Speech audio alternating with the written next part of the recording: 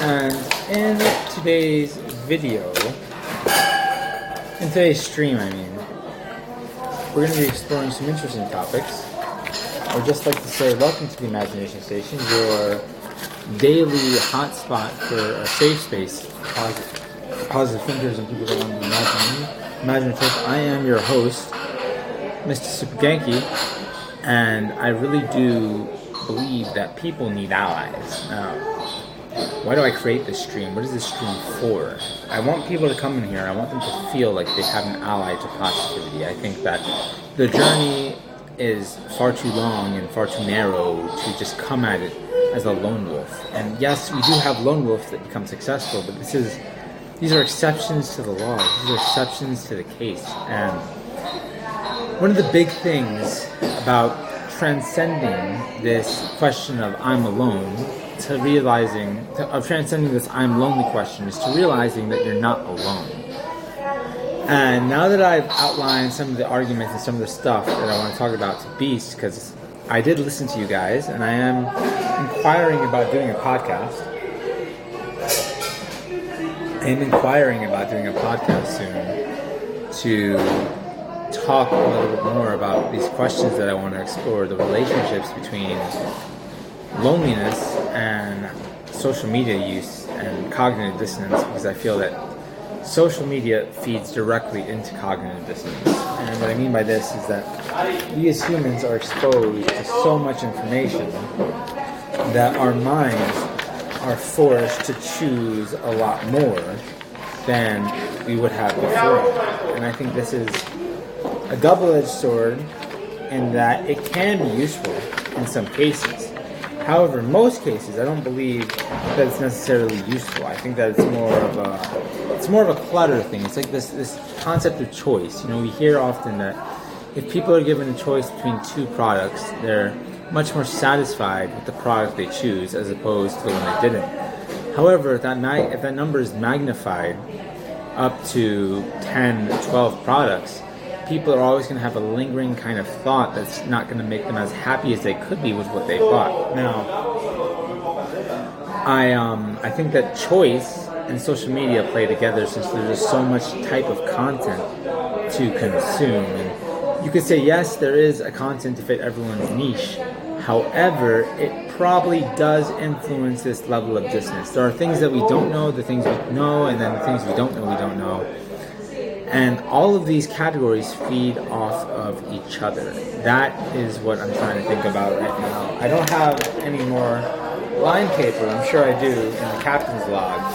So we're going to get out some of our line paper and get to work on today's... I got to write the captain's log, man. I've been really slacking. With the captain's log. We actually don't.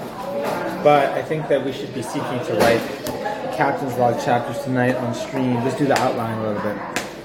How you doing, Nina? Welcome to the community. Good to see you here. I think that we should honestly do some writing for the captain's log, because writing is a very interesting, complex function that the brain undertakes. And I believe that maybe sometimes we're excited. We get excited about the prospect of writing something down, right? But our excitement, it kind of throws a shadow on what we were doing before and focuses most of our mental energy on what we're doing now. And it's not wrong. It's not bad. It's not good. It's either efficient or inefficient for what you're trying to do. However, as I've noticed, I've been so focused on doing the Imagination Station that all my other ideas, all my energy for everything else has kind of been pushed out the way. And I think that learning better how to allocate your energy among the different tasks that you want to do is important, because I think learning how to allocate time management is a very important principle, but I think in order to understand time management to its fullest potential, you also have to have energy management, energy allocation. Time management does not work properly without energy allocation, because sometimes we have the energy, other times we have the time, but very often those two link up with each other. And what we need to learn to do is to create an environment for our time and energy to link up in the same pathway in our brains, so we can focus on getting work done. I think this is a very interesting concept, and there are a lot of cues and there are a lot of there's a lot of talk about how you form habits around using your time, managing your time, managing your momentum, managing your energy. However, in our perspective, I think that, hey, I've been monitoring this with myself recently. As I've been tired, there's these moments where I don't want to stream, and it's usually not in the evening. It's more of in the midday and in the morning, especially. However, today in the morning we had a really great stream. I was really excited about that, and I do believe that there is something that we can learn from this concept of learning how to allocate not just time, energy, because I think that I've read books on time management before. Time management. So this is the imagination station. Imagination. This pencil needs to be loud. This is the imagination station, day 25. Oh, dude, I didn't count. All right, there we go. The imagination station, day 25. Right? We've done a journal for 25 days, and our mind has already started to shift. And we're becoming a lot more focused in our writing, which is very good. So, imagination day 25, right? Now, what I want to say about day 25 is that from what I just forgot about what I was talking about. But, time management and energy allocation. Time management and energy. Hi, Carly. Good to see you again. I didn't see you this morning. I was wondering, where's Carly? But here she is. Yay! So you can casually sneak in here anytime you want. Time management and energy allocation. Right? Because I think that we learned a concept earlier this morning along the lines of, I think it was DARP. There's like an energy balance, like in psychology, there's this energy balance formula that shows you it's like 12 hours every day where you have your most energy and where you have your least energy. And I think being able to know when you have the most is really great for getting to know yourself. Now, we are on day 25 if I'm not mistaken. However, I want to go to appliedneuroscienceblog.com and find where this article said this concept right now. Because it's something I want to explore later tonight to be able to better talk about this thing is here. I didn't see your stream yesterday. I checked a few times. I didn't stream in the evening. I was outside. Oh, Carly, I had so much fun. Yesterday. It was a good day. I don't go out very often. So when I do go out, all my pent-up energy, not aggression, but like all my pent-up energy, just, it really comes out. And I was mitigating like 10 to 12 different conversations at the same time, like hyping everyone up, and met a bunch of people. Speaking of the devils, I have to send out some messages today after the stream is done to some new people. I have to make some connections. However, the concept that we were trying to is not strengthens finding the good in you. We wanted to talk about flow as medicine, life is an spiral or a slump. I thought this was a good, this is one. The Brack cycle. Understanding the Brack cycle.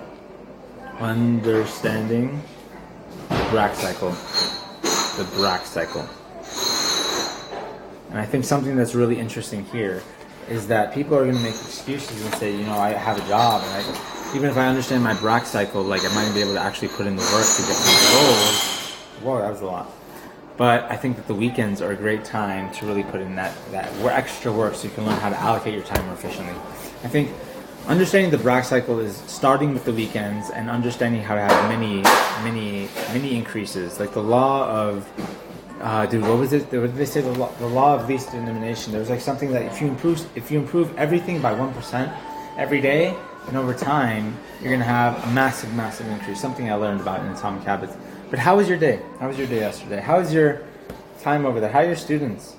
I started applying a really interesting concept in my school today to get my kids to study. I just told them, look, man, I read about this in the book. Just study for 5 minutes, and then next week we're going to study for 10 minutes. That's what I told them. But I'm going to be really, really serious about this. I'm going to be going to class every single day and just asking them. Even when it's not my class, I'm just going to class and be like, hey guys, did you study for 5 minutes this weekend? Huh? I'm just going to do that. I really have to get these kids prepared for their tests that are coming up soon. Law of increasing 1%. Law of increasing 1% in many areas. I'm trying to look at this. I have no idea what this law was called, but it was like the British cycle team. British cycle team. Law of increasing 1%. They said this in Atomic Habits. Brainsworth had been hired to British Cycling on a new trajectory. Brainsworth said the whole principle comes from the idea that if you wrote down everything you could think of that goes into riding a bike and then improve it by 1%, you will get a significant increase when putting them all together. The marginal gains. So this law is called marginal gains. So weekend work for marginal gains throughout the week.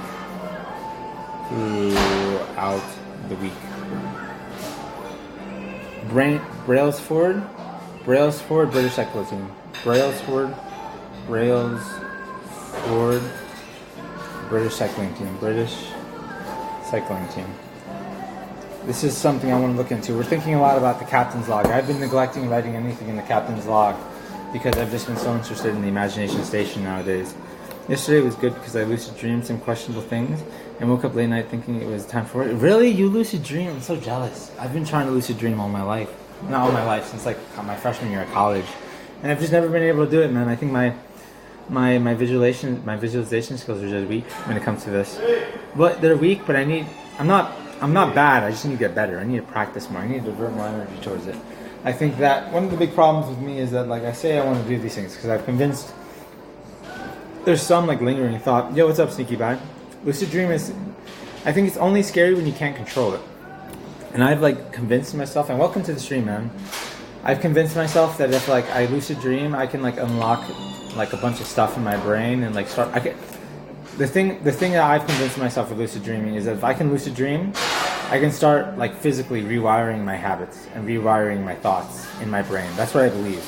Like I have this giant room. I already know what the image looks like. This is giant, like dark blue. It's like dark room, but it has dark blue light, right? And then there are all these boxes. They're like these memory boxes, and then like everything is connected by like a light blue light.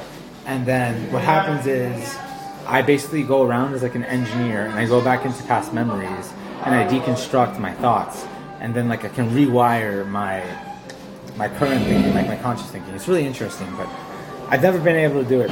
You know what I mean? It kind of helps when you were watching. Maybe it's because I've been watching what's it called? I watched Nightmare Before Elm Street when I was a kid. But welcome to the stream and Happy New Year. Of course, good to see you. I usually only lucid dream in nightmares, and when I'm sleeping in a time that I'm not normally supposed to sleep, I can only control the situation given to me instead of changing the dream completely. But you know, Carly and Sneaky, this is true too. I feel like because you have the ability to lucid dream, you should invest time and energy in learning how to control your dreams. Like, I don't, and because I don't have the ability, I haven't actually invested any time into actually learning how to do it. And that's just me being lazy, but I feel like since you guys have the innate ability, I would look into investing some time in learning how to do it, because this is a science. This is a science, and if you practice, you can learn how to control your dreams and manipulate them. And I feel like this would be very good for both of you and taking control of one of these aspects of your life. That's just my personal opinion. Sometimes I can't control it. Most times it's just a scary nightmare that I know is a nightmare. Exactly. But I think if you put more effort into learning how to control your dreams, and there's a science behind this, it's been studied for hundreds of thousands of years, you can learn how to do it, Sneaky. That's what I would say. That would be my homework to you both. Start investing a little bit of time into learning how to control your dreams in a lucid dream, because I know there is a formula for this, and I should probably do the same. I don't know, man. I'm not good at it. Yeah, I mean, no. I'm learning, but like I've stopped learning. I've really put it on the back burner. Like I try to lucid dream, and then I just like drift off into sleep, and I just wake up, and then I'm like, oh, should I get up or like go back to sleep? And it's really weird. I don't know. No, to my memory, I've never had a lucid dream before. Never in my life. And I've tried, not for lack of trying, my dreams, I'd write a book about my own witch adventures. Well, Carly, that is, you can control your dreams. You just have to invest more time and energy into learning how to do it. Because there's a science here. There's proven effects to help people take control of their dreams. There's proven science out there. You just need to do some research. And then your books are going to be so cool. Your books would be so cool if you could do that. I think the closest I've ever gotten to lucid dreaming, sneaky, I wasn't able to control it or manipulate it. But I remember there was this one time where I was in my dad's car, and we were driving to Orlando, and I was reading a book, right? I was looking at a book, and the book was open. And then when I woke up, the cover was over the book, and the book was closed. So, and I've also had, I think, another lucid dream point where I wrote down a sentence, like once. Just one sentence. Like I can't, my control over my dreams is abysmal. But it's interesting to really think and talk about this stuff. However, we are working on exploring some of the questions that we were doing today. We have some really interesting findings that we had from copying down our notes from yesterday, I think it was, that I want to go into. I'm still trying to re-explore this concept. We did this today. I'm still trying to re-explore this concept about separating life and current situations. And what's it called? Dude, I think that's why I named the stream like get happy with your job, learn how to appreciate it, and then be happy with goals. You know what I mean? Because I think a survivalistic instinct takes place, and I know it's not. You said it a little differently yesterday, Sneaky Bye. You said it in a way that Willow Sensei applauded you, gave you a pat on the back for, and I was just like trying to figure my stuff out. But I think that survivalistic instinct is feeling that you're bound. That sounds like more work. I think after I finish the series, I might write about my dad's stories, my family story. It's just weird, and nobody else will write it. Well, you know what, Carly? I think that it's a skill that's going to pay you dividends for the rest of your life. If you learn how to do it, if you put in more work, Carly, it's a skill that's going to pay you dividends for the rest of your life with whatever you want to write. So I don't think that it's necessarily a misuse of your time. You know, like I don't think it's a misuse of your time. But we were talking about how a survivalistic instinct takes place when your dependency on financial situations are in an environment that conflicts with your current identity. Now, say this. If you're a positive person and you're financially dependent on your job, but your job has a negative environment, that will create a conflict in your identity, and that will put you into a survivalistic instinct, which is going to drive you to always have to confront yourself and what you believe in and other people. We were trying to talk about this before, and I think that a lot of survivalism is... I was listening to this yesterday, and they were talking about how, you know, the reason we form habits is so that our mind doesn't have to reasonably think about survivalism. Like, we form habits so we can lessen the mental load and use our brain more freely. You know what I mean? I usually go with the dreams I'm given because they're usually fun enough, even though I die in all of them. Really? I don't know, Carly. I just think it's a good idea. I know, I'm not going to look at the viewership. I have to talk to myself. I have to talk myself out of this for as long as I do this stuff, because if I give in, I might just do it. Anyway, so future readings. We could actually read some articles today that I'd be excited about. We want to look about commenting. What is comment? What's the science of commenting online? What's the science of commenting online? I want to look at what's the science of commenting online. Ooh, look at this. We just found a great article from the NewYorker.com. Commenting threads, good, bad, or not at all. I don't know if this is an article, but it's from the NewYorker.com. The psychology of online commenting in the New Yorker. Several weeks ago, on September 5, Popular Science announced that they would banish comments from its website. Internet comments, particularly anonymous ones, undermine the integrity of science and lead to a culture of aggression and mockery and hinders. Alright, so no, maybe not. We asked 8,500 internet commenters why they did what they do. Alright, this is interesting. Flying38.com. This is a good article. Ooh, I really want to learn more about this. I think it's a very interesting topic because I've always been passionate about commenting, especially on work. But I've been passionate about a specific brand of commenting and commenting positively to better train your brain to think positively. So I'm going to get a couple of articles and we're going to explore this. Is the science of commenting. We're going to get a couple of articles on here. And that's a cool emote. Where's that emote from, Charlie? Commenting threads, good, bad. The post on blogs, Scientific American. Commenting threads, proposed alternative title of the post is not about the climatic change. A couple of weeks ago, article science about online science communication. Everything you hear is brief, blah, blah, blah. Deception, hot topics like climate change readers. The article, preconceived notions, blah, blah, blah. I'm a partner or something? Well, Carly, thank you so much for stopping by and gracing me with your presence. It's always such a pleasure to see you, Carly, and I hope that you have a wonderful day and I get to see you later because you're a member of this community. Like you know, you have a seat at the round table of Genki. You are my knight, my lady knight. We're gonna do this reading afterwards. I want to pull up a couple of articles. Commenting. What's it called? The science of commenting online. I want to understand this because if I can better deconstruct this, I can frame social media in a more positive light, and this would go a lot along in with my why we like. Yeah, this is cool. Buffer.com. This is the psychology of social media. Ooh, that's exciting. Oh, dude, man, get me excited. These are all long articles. Oh, this is so cool, man. This is so cool. I love it. I love it. I love it. I love it. I love it. I love it. Hey, Mark, how you doing today, man? I'm so excited because we just found 3 new articles from the same new topic that we're going to be exploring more. Man, my day is going phenomenal. I woke up at like 3 in the morning today, and I just solidly worked from like 3 all the way to like 8. I took a 30-minute nap. I went to work, killed it, had a good day. Have some good applicational prospects for my students in studying for their upcoming exams. Then I finished work, came to the coffee shop, jumped in on Wake Beast. I took note of this podcast idea that you guys were telling me about. So I actually asked Wake the Beast how to apply for the podcast, and he told me, so I joined, and we're going to see if I can get on the podcast soon on the Saturday. I don't know if it would be next Saturday. I'm not sure if my research is ready to be presented next Saturday. However, I do think that probably the Saturday afterwards. Do you have friends? Do you have friends in Spain or anything? Anyone?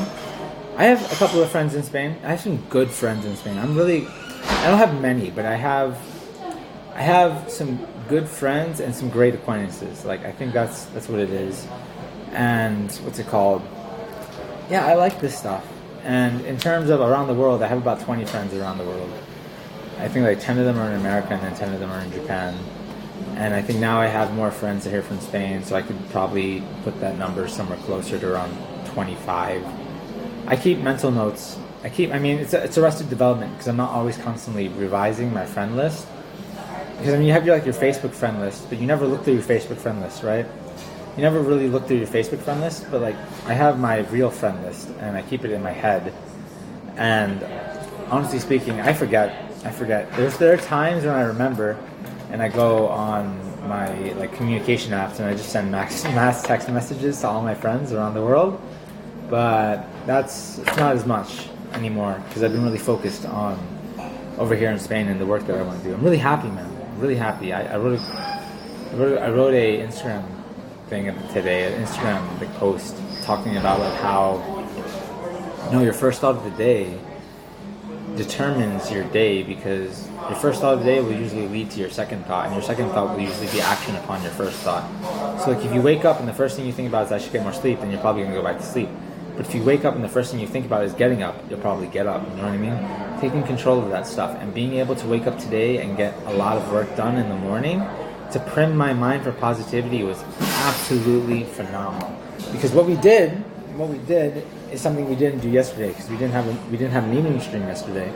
So I was unable to write this chapter of the Imagination Station. I was unable to write this. However, we wrote it this morning, and now I'm looking back right now and I'm looking at my homework, And check, I did my homework. I reached out to, check, I did my homework. I reached out to Wake the Beast, and I inquired how to join his stream for a podcast. Bam, bam, bam, bam. Good Genki. We have another chapter here, how to use Arrested Development to your advantage, mental cognition into getting into a work-bound state of mind.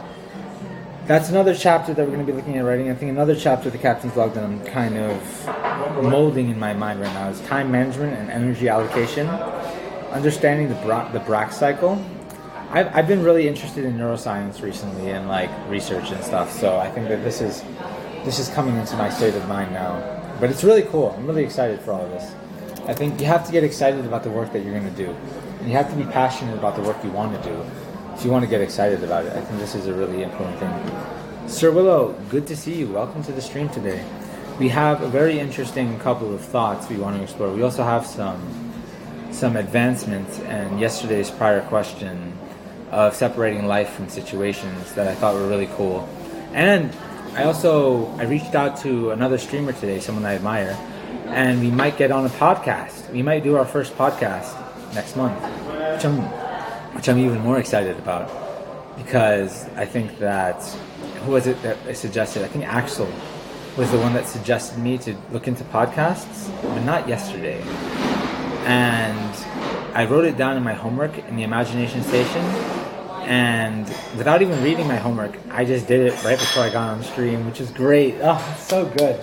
My mind has really been shifting. And I should probably make a YouTube video to talk about the analysis of journaling in this perspective, because I think that it would be very, very good to talk about this. I'm getting really interested, not in philosophy. My mind is drifting away from the bubblegum aspect of positivity and more towards the psychological side of it, if that makes sense. I have yet to embark on philosophy. I apologize for not doing this. It's hard for me, and I had time to do it today. I could have read in the morning. However, there were about 30 minutes of my day where I was just meditating to get some re-rest, because I woke up at like 3 o'clock in the morning today, from 5 to around 7, and like read a bunch of stuff, and it was a good day, very good day. However, I'm excited. Given what I know of you, I'm not surprised. Yeah, I know. What would surprise you at this point about me? I don't even know. But I'm trying. It's just, my mind is not in a state where I can fully act upon everything I know that's good for me. If you went the philosophical route, yeah.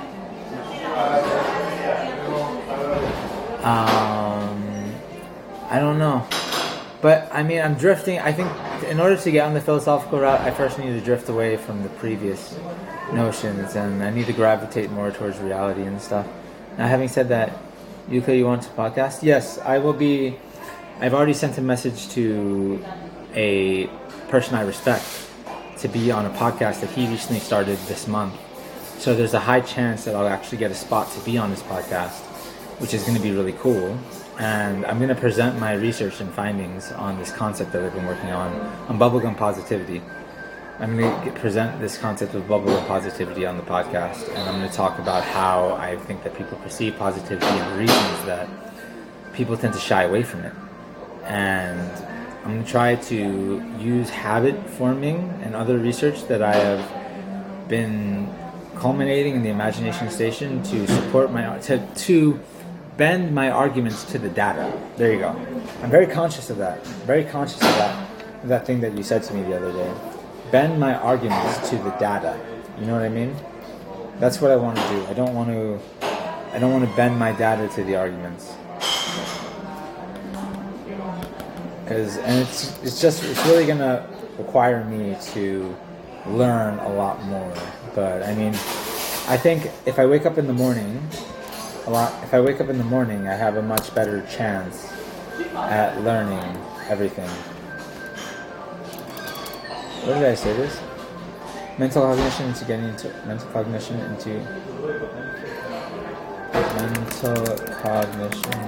into getting state. You haven't done much research and your material might still be full of positions. I agree. Sir Willow, however, I think that the exposure will do good for me because I'll be able to get opinion from not only Wake the Beast himself, but I'll be able to get opinion from the chat room. And I think that when drawing upon social statistics, and this is exactly what I'm trying to do, I think that a lot of my findings on bubblegum positivity are going to come from my Twitch streams, since the first encounter that I had with this concept was in the Twitch stream. I'm going to talk about my journey on Twitch to like highlight why this idea was formed and why I think it's important. Wake the Beast is another Twitch streamer. He focuses on mindful content. His main stream is called Meditations for Men, and he is very good at explaining the philosophical paths of life. I would recommend you to check him out if you would like to inspect his roots as a possible influencer on my life. I mean, you are first and foremost my primary teacher. So I would, if you're interested in doing a little inspection, I can drop a link to his channel. In the thing. In my streaming home. Twitch. Just give me a second. Just give me a quick second. I'll get you. Ponerse de acuerdo en el chat de grupo. Es un caos. This is him right here. And also, I have another question. Oh, dude, I just looked at the. I have another question revolving around. I'm not teaching you anything, merely guiding you to some ideas, concepts, read, evaluate, ponder. All right. Well, I think that. Well, to an overzealous student, I've already adopted you as a teacher. So you're kind of locked in here. You kind of can't get out of this mindset. You already entered this role with me, and guidance is probably the best teaching for someone like me. So I see that this is probably a more effective method in teaching, because while we've had some success in changing my mindset, I do believe that I'm at the mental state right now where I need to figure out how to apply the information properly in my own life before I'm ready to take any massive shifts in any direction. And yes, sir. I mean, buddy, sir. I reference you a lot in conversation over here in Spain when I'm talking with normal people, because they're like, why can't you watch a TV show or a movie or anything? I'm like, because my teacher told me I can't. And they're like, why would you do that? And I'm like, I don't know. I think it's something to do with input's correlation with output. But he's very strict with me, and I'm a very honest student. So like, I don't want to lie to myself, because if I lie to myself, I'm inherently lying to him. I think it's just much easier for me to put you in the mold of a teacher as opposed to just a guidance counselor. You know what I mean? Anyway, but it's not like a traditional route. This is the sir right here, and he's the one that told me about the mental gymnastics with my first encounter of cognitive dissonance. When I questioned him in the stream, he gave me that mental gymnastics kind of association, which was really good for my thinking, for my springboard into the research of it. How to use Arrested Development, save, and then we have another one that we want to write. There's 2 chapters that we're looking to write in the captain's log. Speaking of it, I think this weekend I'm going to take a break from the captain's log, and I'm going to take a break from the imagination station, and I'm going to be seeking to more heavily focus on the captain's log, because I have about 3 chapters that are sitting in my mind right now. Time management,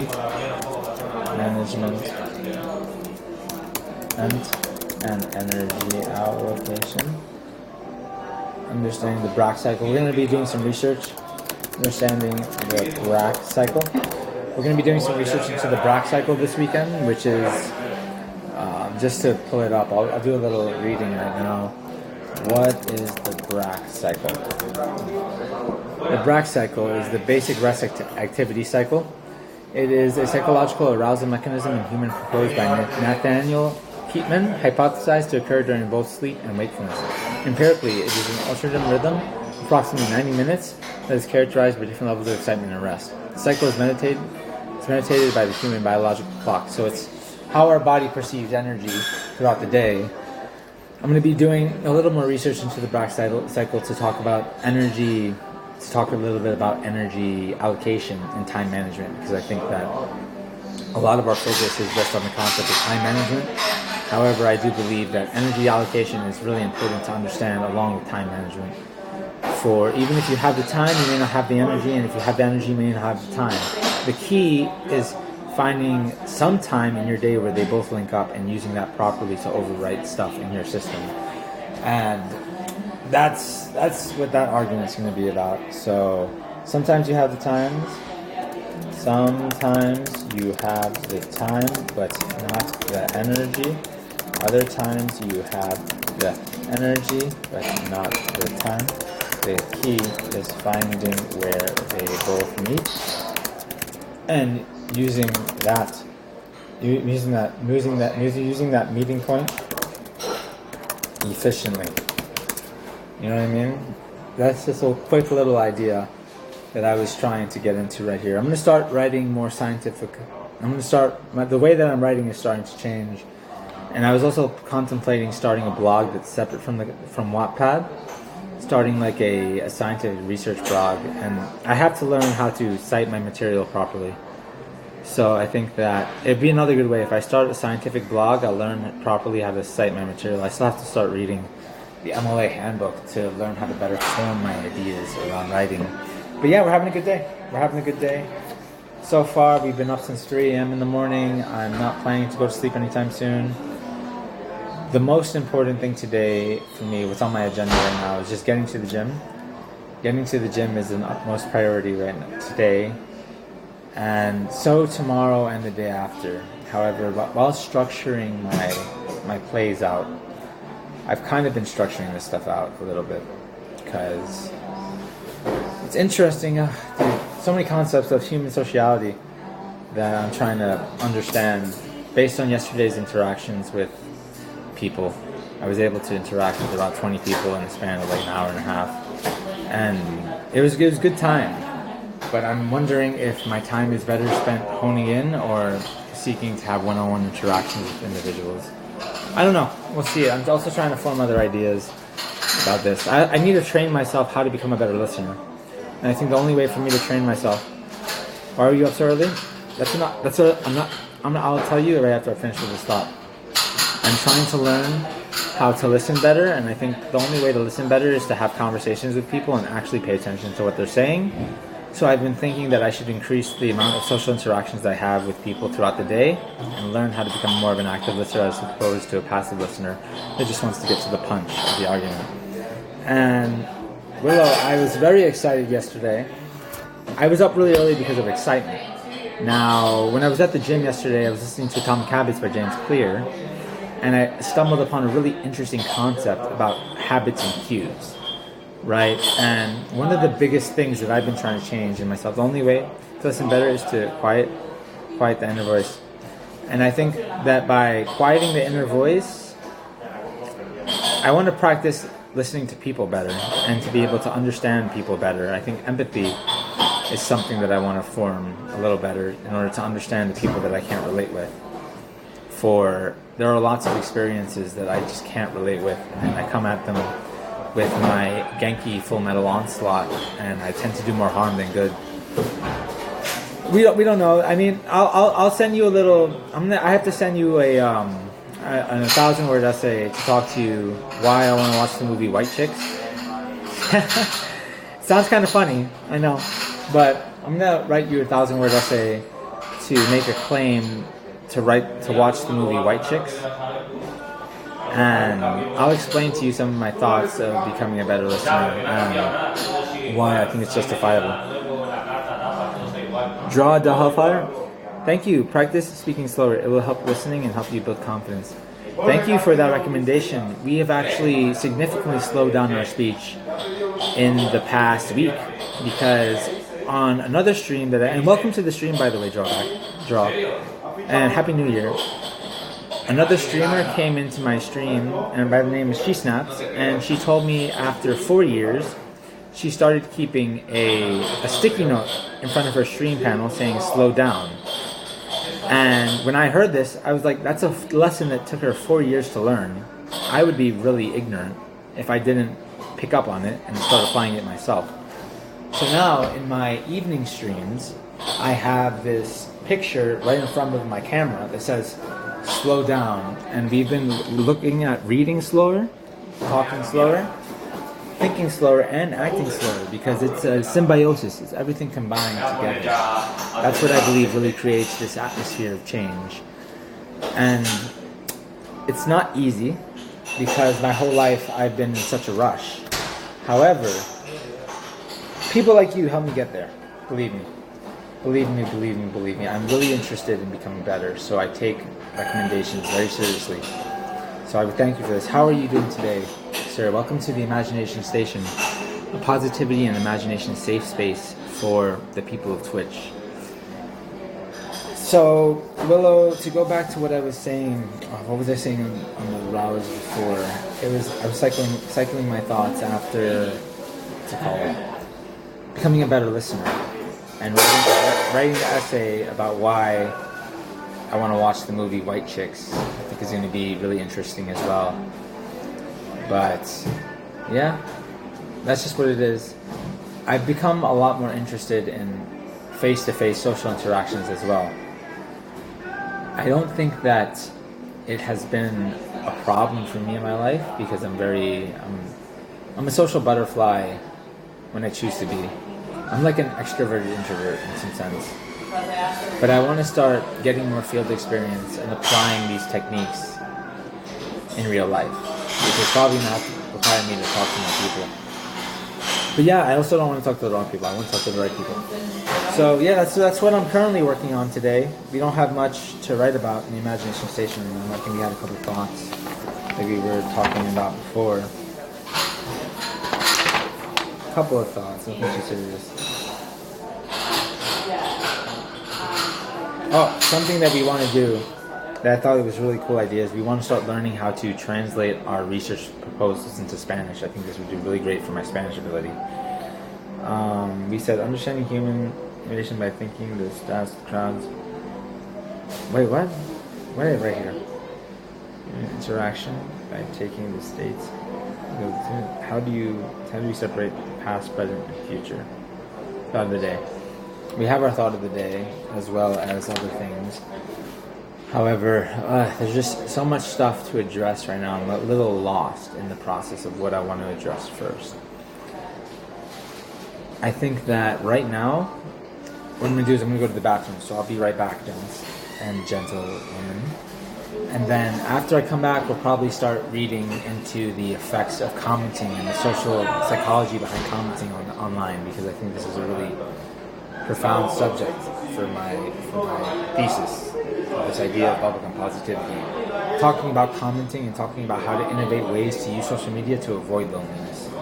So I'll be right back.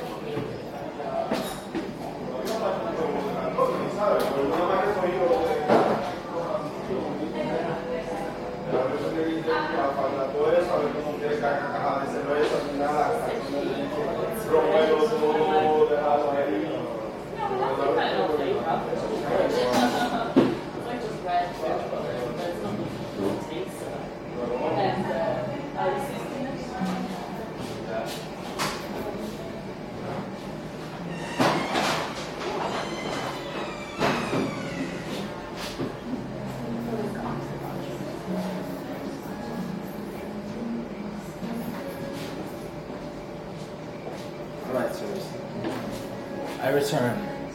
I do have a desire to look at the viewer count. However, I will reject this desire and continue to speak freely.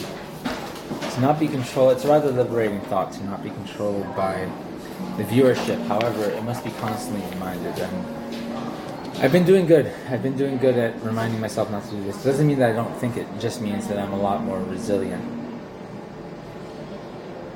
and actually check it. However, this is how we have to grow. As thinkers, we have to put boundaries on our thought. And I think that's the most beautiful thing about what's been happening with Twitch, is that I've been a lot more I've been a lot more strict in maintaining those boundaries and not crossing over the edge, because there are sectors of imagination that you've already explored that don't lead anywhere positive, and you only reach them by creating actions that are negative, right? Something like that. I'm gonna take a quick break and do some drawing to give myself a little mental recharge. I think that I've been talking. I want to read the article as well too. But we've been working on this character design over here, and my thinking. This is my perception of myself as an anime character, and I'm happy with it. However, I need to keep working. I think everyday kind of work is important in order to get better. Everyday work is important to get better. So I'm doing that work very, very nicely. How is everyone's day? Sir Willow, how's your day today? How is the mountains? I want to chop wood. Ever since you're going outside to chop wood, I want to chop wood. I really do. I think that's a fun process to do. I just don't have a tree and I don't have a reason to chop wood. If I'm going to chop wood, I want a reason to do it. Like I want to make a fire or something. Or, I don't know.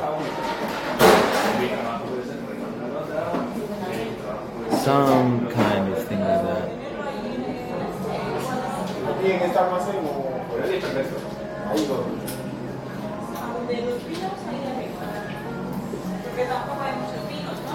What's this drum?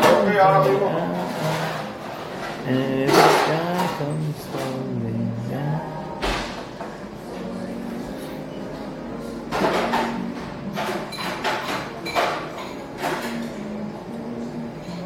So interesting.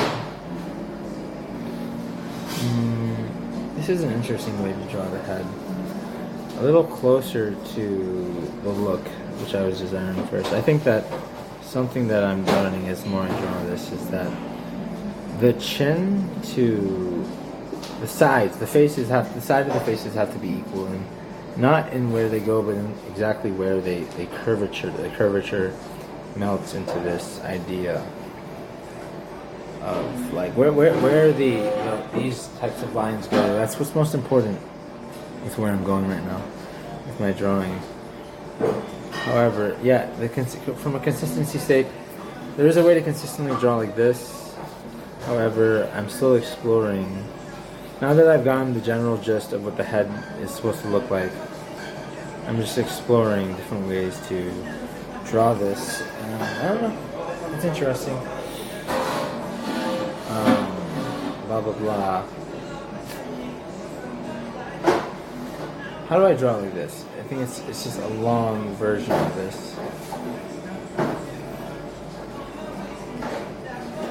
And then bam, bam, bam, bam, bam. And then putting this over here. General recommendation would go into that. Alright. Book recommendation and go somewhere else. Alright. So, from this perspective,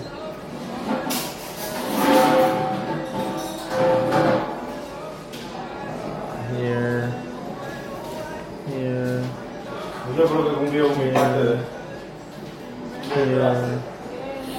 and then from this perspective, here, here,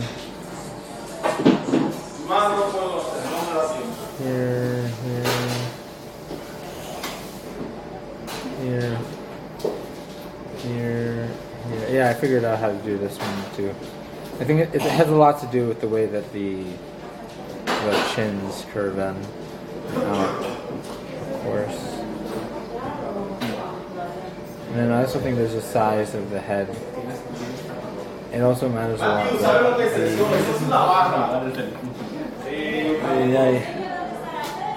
What I'm seeing right now. It's also what's called here, here.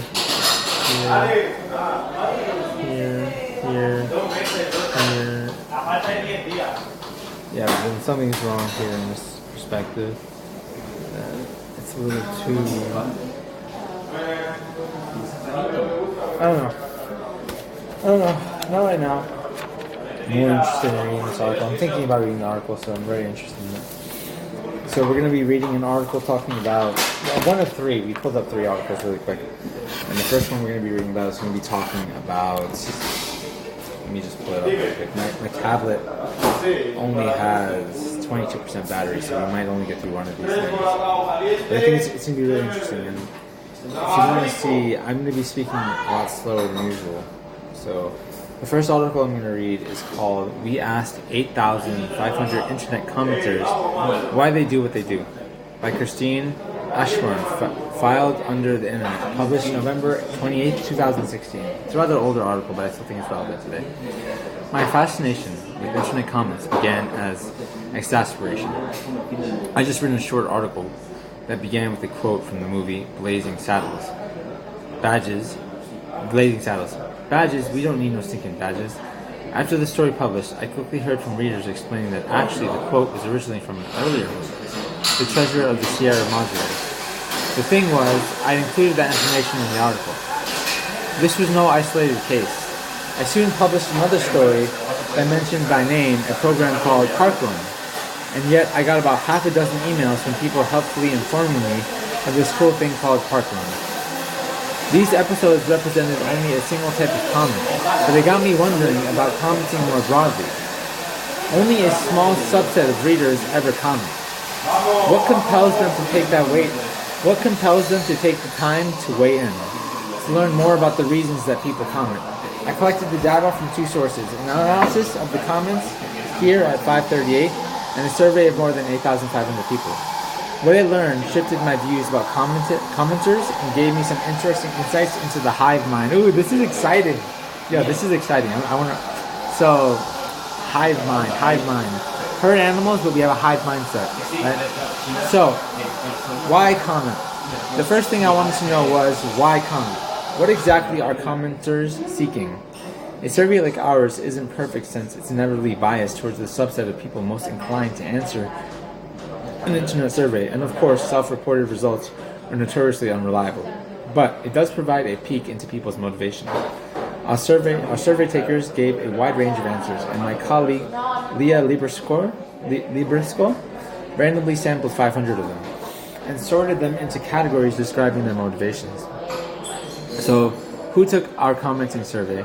Under 20 years old, 5%, 20 to 29, 29%, 30 to 39, 28%, 40 to 49, 14%, 50 to 59, 12%, 60 to 69, 9%, 70 to 100%, 2%. Identified as female, 23% female, 76% male, 1% other. Comment frequency, daily 24%, weekly 17%, every few weeks 10%, monthly 4%, every few months 15%, once a year or less 16%, 15% never. Whoa, this is interesting findings. What are you trying to accomplish by commenting, right? So they say correct an error is 19%, add to discussion 18%, give my personal perspective 10%, represent my view 10%, be funny 8%, praise piece of commenters 8%, ask a question or learn. Ask a question or learn is only 7% conducted from the study. Persuade others 6%, give me an ego boost is 4%. Take part in or interact with the community 4%. Interacting with the community is only 4%. I think these are the positive mechanisms of commenting. The most positive mechanisms of commenting, but they don't really dwarf. They're not really a part of the primary sample size. They're not representative. Discover and express my thoughts 3%. Yeah, 3%, 4%. And 7%. So I would argue that only 14% of comments are geared towards learning. Vent 2%, troll 1%. Alright, good. Our respondents' reasons for commenting mirror the results of a recent survey of 600 new commenters by Talia Jominstone and her colleagues at the University of Texas at Austin's Engaging New Projects. In their survey, the top 3 reasons that people gave commenting were to express an emotion or opinion, to add information, or to correct inaccuracies or misinformation. I mean, just from Sir Willow, just from what I've read, I think that... No, actually, no, never mind. I mistakenly. I wasn't critically enough in my reading. I just noticed about it. I think represent my view is 10%. Give my personal perspective is... So that's, I think 20% of comments. Add to discussion. Oh, no. Actually, whoa. Be funny, praise, peace, commentators, ask a question to learn.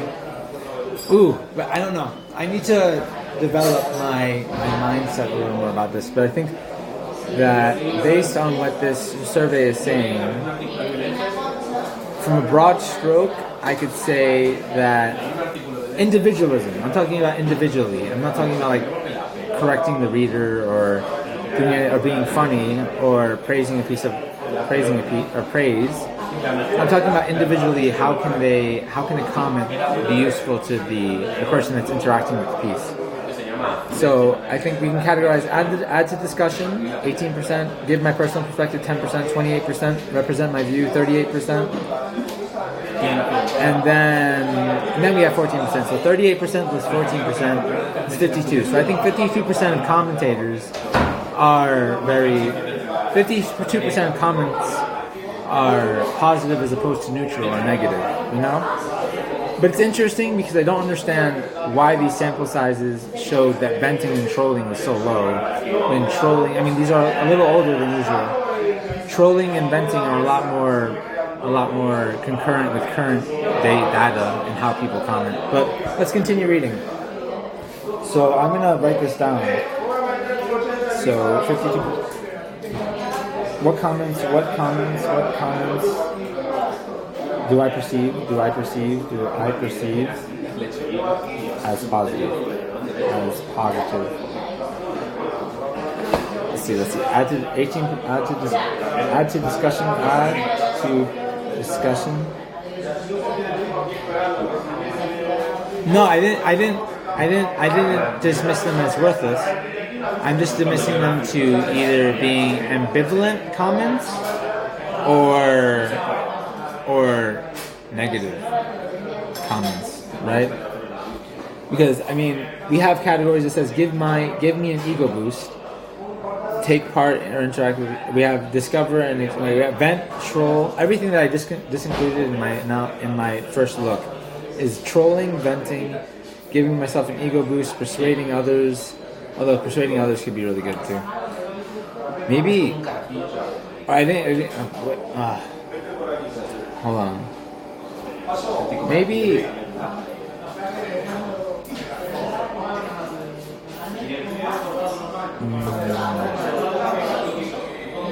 in fact, you know what it is? I'm gonna hold my tongue here and I'm not gonna make any assumption about commenting before I finish the article. Thank you, Willow, for putting this out. Like, I'm not going to make any assumptions without reading the entire article. With 500 randomly selected respondents to an 8,561 respondent 538 survey, the group gave 437 open-ended answers to this question, which were grouped into categories by 538 staff. Accurate, good stuff, yeah. Thank you for pointing that out, Willow. I'm going to use that information a lot in the future. Right, so our respondents' reason for commenting mirror the results of a recent survey of 600 news commentators by University of Texas, Austin's Engaging New Project. In their survey, the top 3 reasons that people gave for commenting were to express an emotion or opinion, to add information, or to correct inaccuracies of misinformation. Whose idea it was to put 4 women together for a podcast about science? It may be but I think there needs to be at least one man in the room. I know that was like a clip thing that they had. The bikes and dogs theory. Certain stories seem to generate a disproportionate number of comments, and after years of being on the receiving end of comments, I formed a theory. The subjects most likely to elicit impassioned responses are those that feel personal to the reader. A real-life experience with the subject has made them feel like an expert. And those that hit on identity in some way. Wait, I need to read this again. Certain stories seem to generate a disproportionate number of comments. And after years of being on the receiving end of comments, I formed a theory. The subjects most likely to elicit impassioned responses are those that feel personal to the reader. Are those that feel personal to the reader. Are those that feel personal to the reader. A real-life experience, the subject has made them feel like an expert, and those that hit on identity in some way. So these are the two categories in which I think the author is trying to say that the comment is less engaging. So personal experience and identity. I.e. they have something in common with the article. Yeah. I.e. they have something in passion. Comments come from something in common with the article. Something in common with the article, right? The article. Which is interesting. And it's based on something a newspaper reporter in Boulder told me many years ago. Back then, readers were still mailing letters to the editor, and they had seemingly endless appetite to debate two things: who was at fault in conflicts between cars and bikes, and whether dogs should be allowed to run unleashed on city trails. To test this theory, I asked readers about the circumstances that made them most likely to comment. The answer lent at least some support to the bikes and dogs theory, but respondents' reasons were more complex than my one unified theory. Commenters were also driven by a desire to provide their own information or to argue against an idea they disagreed with. Readers are most likely to comment when they, percentage selection, know something about the subject that wasn't in the article, 55%, identify with the topic, 41%, have a personal experience to add, 35%, disagree with the author, 34%, find an error, 33%. Think it's a really good story, 31%. Agree with the author, 27%. Think it's a terrible story, 12%. So, I think, I want to read this article again. This is really interesting stuff.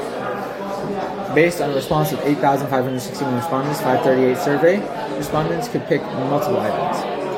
First sentence is gibberish. Hire an editor. Can't you people read? How low do we go? Since I started down this road after receiving comments from people who hadn't read or absorbed the whole article, I also asked survey takers how closely they read a story before commenting. Here again, I had an hypothesis. Maybe this commenting without reading phenomenon represents a variation of the backfire effect, in which a person who receives evidence that their belief is erroneous actually becomes more strongly convinced of the viewpoint they already held. In this case, the reader sees a headline that catches their interest and reminds them of something that they already know, which triggers them to think about how their pre-existing knowledge or belief about the subject, and then to blast it out in the world. The article they're reading doesn't inform them. It just provides an opportunity for them to reinforce and broadcast what they already know. Sneaky, I love my job. I'm really happy that I have the job I have right now. Because I'm an English teacher and I'm at a really good school in Spain, and it's like a one-off kind of thing. I think where I was placed was very lucky. I was placed in a really good school. And I mean, I created the luck because I chose the town that I wanted to live in. I didn't leave it up to chance. And I prioritized the location of where I wanted to teach over everything else. However, I think that having, in my job, and this is what we were exploring yesterday, in my job there's a positive work environment. And I think that operating within a positive work environment is really good for maintaining your identity of positivity and not having a conflict and experiencing friction along this identity train. So thank you for asking me that question. Good question. Is there anything else you'd like to ask on this subject? Because I am going to be exploring this concept more probably tonight on the evening stream when I read more about social identity theory. I'm going to be getting into some articles talking about social identity theory. I want to talk more about this concept of friction. So, to get back to the article. In this case, the reader sees a headline that catches their interest and reminds them of something that they already know, which triggers them to think about their pre-existing knowledge or belief about the subject and to blast it out on the world. The article they're reading doesn't inform them, it just provides an opportunity for them to reinforce.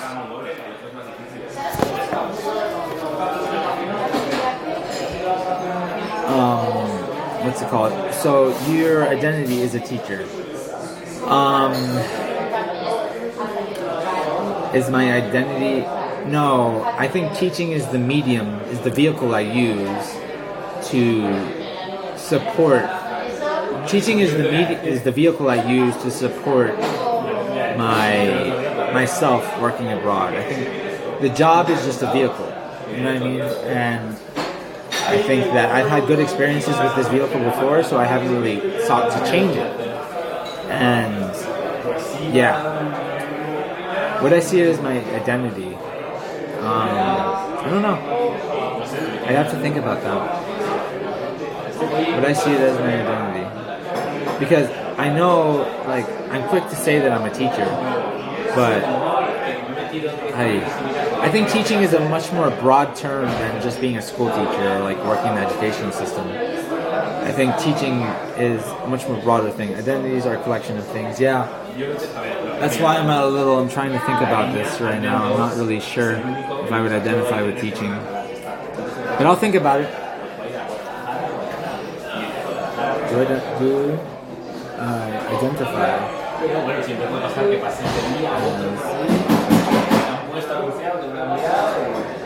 I'll think about it for sure. Definitely. Thank you for the question, CG. What's it called? And identities do form a collection of things. Oh yeah. Dude, there's a lot of stuff to think about with reference to what we're trying to do with this deconstructing social theory. You are a soldier, but you're also a brother, an uncle, and a father. You're also a gamer, a mechanic, a reader of books, and a critic of movies. That sort of thing. Yeah. I think that's why people tend to adopt many identities to cover a vast range of likes and dislikes. Like, I don't think anyone really has just one mask. Identities are just masks. And I think everyone has a different mask for a different situation. So, yeah. That's how I would put it. Because I remember Willow, take your time, Willow. I remember you said that we put on our mask when we leave the house. And, identities are masks. I think that they form societal self.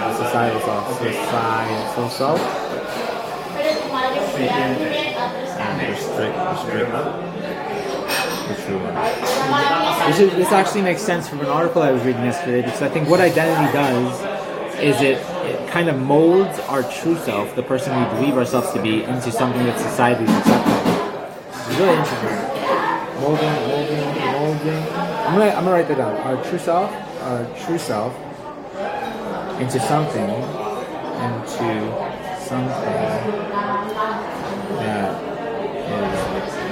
society acceptable. Purpose of identity.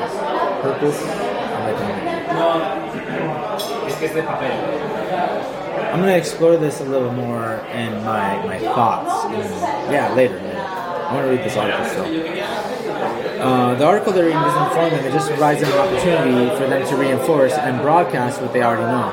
I read my theory by Brandon Nyan, a Dartmouth political scientist who has studied the backfire effect. He told me it seems plausible, but he said he wasn't sure of any research testing the idea. So in the spirit of your piece, I probably shouldn't comment on it.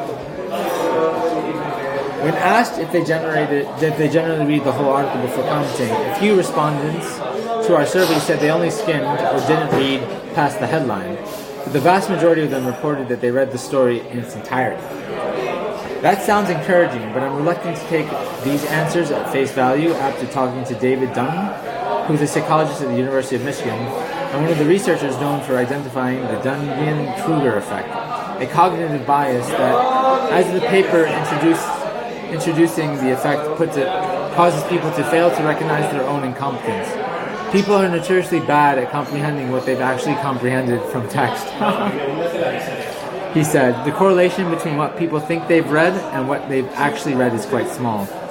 In a classic 1982 study, researchers asked study subjects to read a text that contains latent contradictions and found that subjects who failed to find the contradictions still rated their comprehension as high. This could explain all the stinking badges times. I'm going to see if I can do a little more into this David Crumb effect.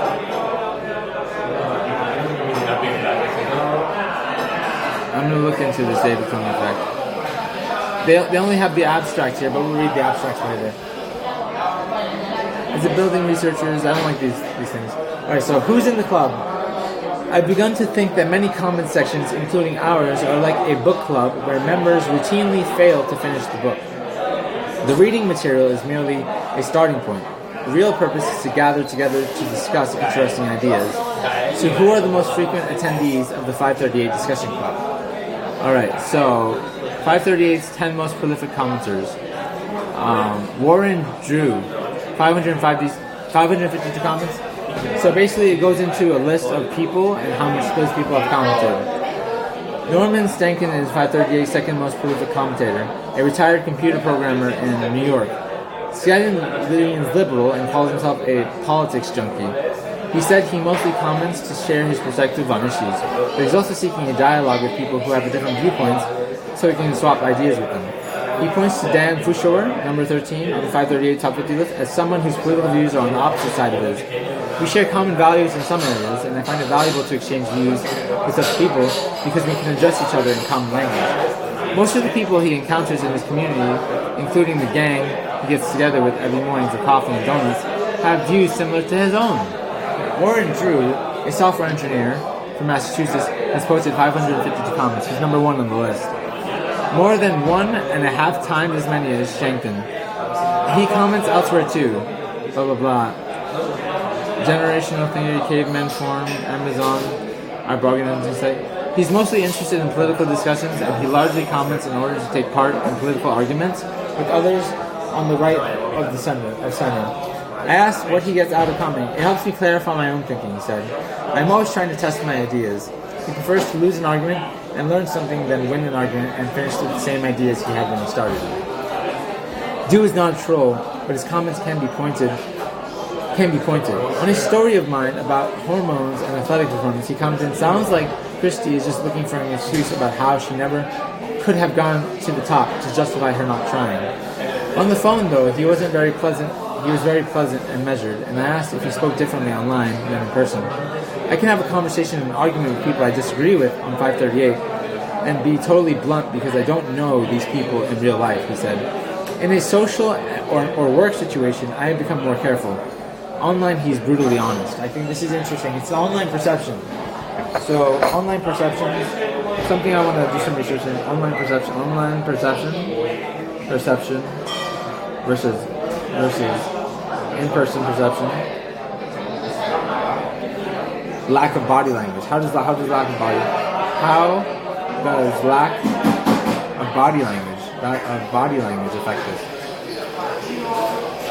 this? I think that's actually really interesting. Right? Comments often serve as identity badges, as Joseph Riegel, the author of Reading the Comments, Likers, Haters, and Manipulative at the Bottom of the Web. That's a cool article. Do I have it already pulled up? No, I don't, but I'm going to read it right now. I'm going to pull it up in a new tab, and I'm going to try to get it over to... I think it's going to be on the back burner when I'm reading this, but this is some independent research I'm going to do for like the midday streams and stuff. I think it is interesting to read and intake information all the time. So, I mean, for the midday streams, interaction is always formed, is always prioritized, but being imaginative and intaking new information is also very valuable. And a professor of communication studies at Northeastern University, you see this particularly on social media, he told me. The comment is meant to tell the world, this is who I am. People may also comment to gain approval and solidarity with their social group, he said. It's a way of saying, I am like you. Of course, offering a correlation can also be a means of propping up one's own ego. Entering the comments fray can seem futile. What I have learned from the little commenting I have done is that it accomplishes nothing and provokes the very opposite of rational, thoughtful discourse, wrote Elizabeth Carroll.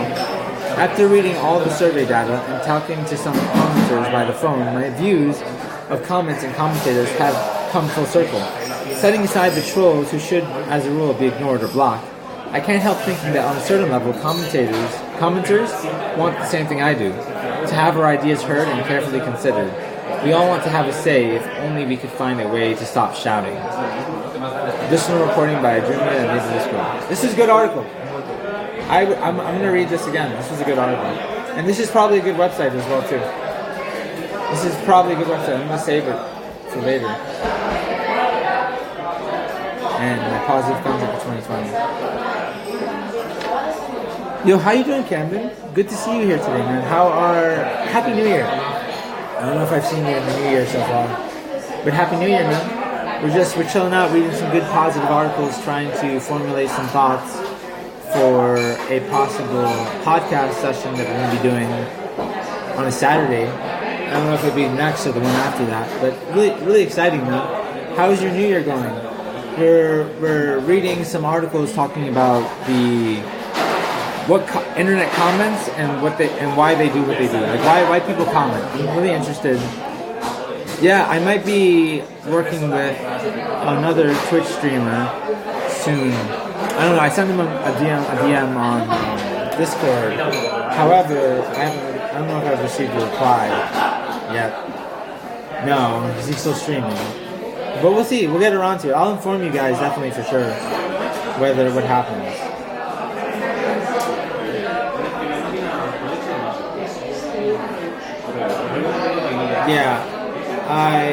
Yeah, we're gonna see what happens. The grill? What do you mean the grill?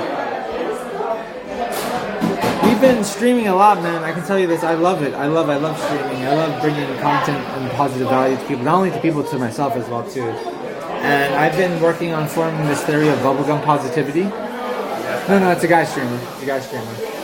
I've been working on forming this theory of bubblegum positivity, and I'm trying to base it around like cognitive dissonance is linked to loneliness, and how loneliness forms cognitive distortion, which creates a false identity. And I don't want to speak out of turn, but yeah, we're having a good time. Having a really good time here. We have a couple of good people in here, man. Good to see you here. I haven't spoken to Steve in a while, but he would be very interested to see where my stream is going. I should actually ask him for some help. I'm going to send him a message right now, actually. Thank you for being here for the storyboard. I'm going to do this right now. Where is this dude?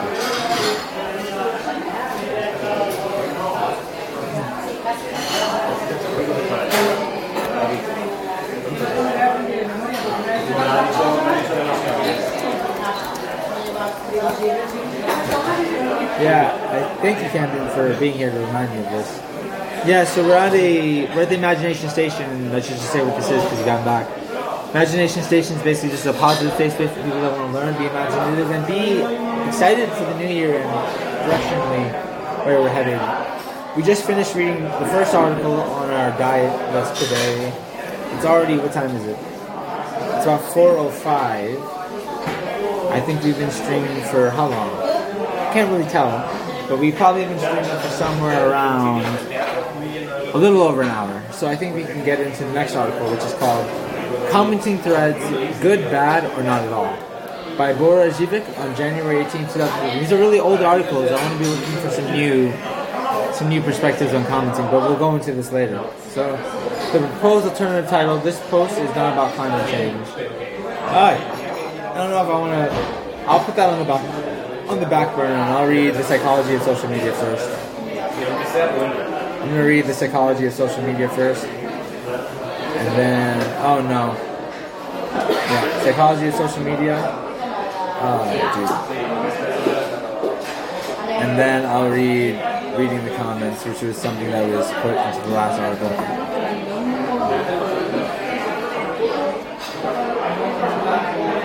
So, the psychology of social media, why we like, comment, and share online. This is interesting. by Courtney Staler. What would happen if you were to like everything you saw on social media?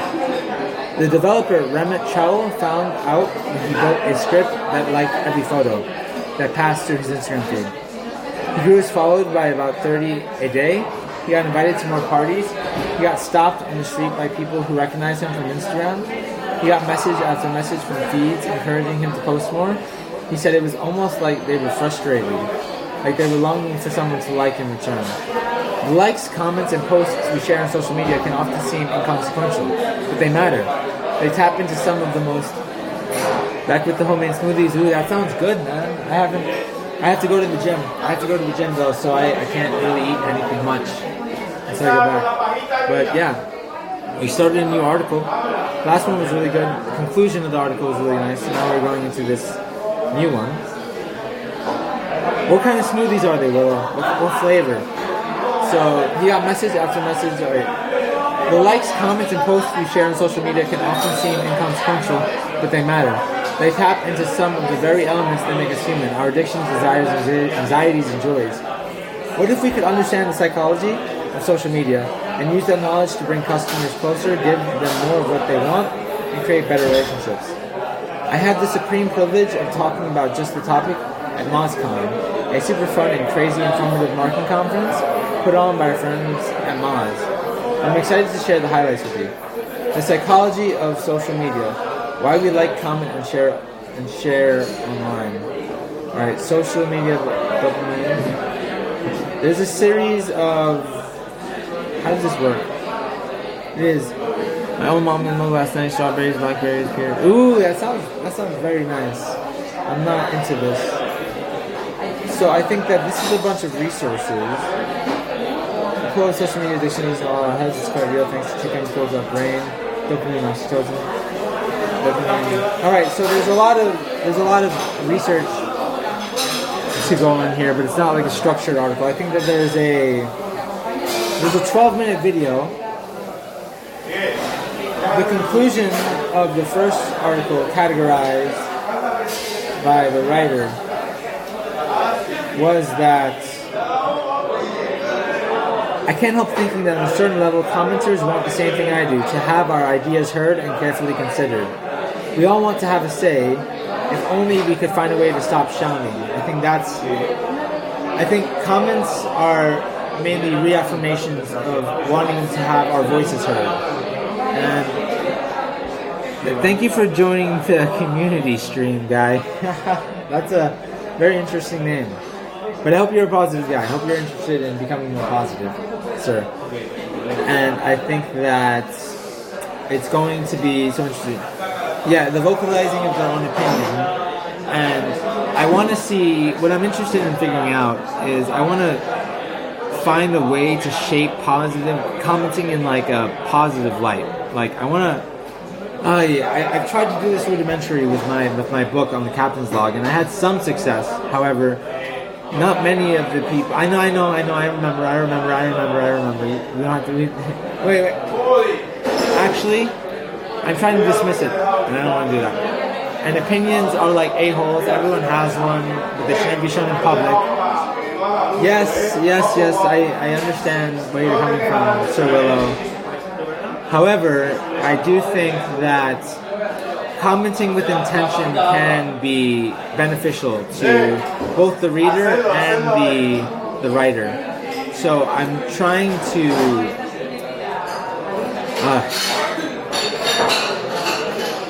I think one of the applicational ways of applying bubblegum positivity would be commenting with purpose, right? I think that would be a good way to form the discussion. You know what I mean? With intent, yeah, with intent. That's what I'm trying to say. Commenting with intent. Commenting with intent. With intent. Applicational form. Application. And what would be the purpose? Be for the application. Bubblegum positivity. Alright, so what's it called? I think that once, and this is interesting, once you read an article or you read a post on Instagram, if you simply like it and you comment "good job," there's no further interaction. And I think commenting with intent creates the opportunity to further the interaction between the reader and the writer, hence allowing the flavor of bubblegum to last a little longer. And I think that is the purpose of commenting with intent, and how we can frame it into the mindset of commenting. Now, I've tried to get people to do this, but I've never been able to explain it in a very interesting way. My one friend, I've been successful with one person in the comments before. I know it works. I just need to find a better way to relay the information so I can convince more people to give it a try. That logic is circular in its character.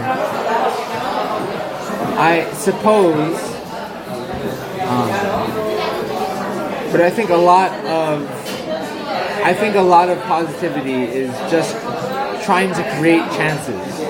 I think a lot of changing your mind to more positive thinking, and I read this in an article yesterday talking about from Success Consciousness blog, is more about learning how to create chance rather than just waiting for it to happen. And I think the more you comment, the more you like, the more you interact, the more chances you have for interaction. And it might be circular, but every circle has a chance to create interaction. You know what I mean? Correct me if I'm wrong here, but it's just it's bubblegum foundation. Like, I'm not really sure about what I want to say yet. I have to read more and I have to learn more about this topic. But creating the opportunity, creating the possibility of interaction. For if you just like the content, there's not really much a chance for interaction. However, if you comment, you increase that chance ever so slightly. And I think that's good. And I mean, depending on who you comment or how you comment, it could, I don't know. I have to imply some of the research that I'm doing here. I think I need to put in a concept here for your consideration. Alright, please do put in a concept for my consideration. Because I'm thinking that I need to do this more. Maybe. Versus genuine positive. Bubblegum versus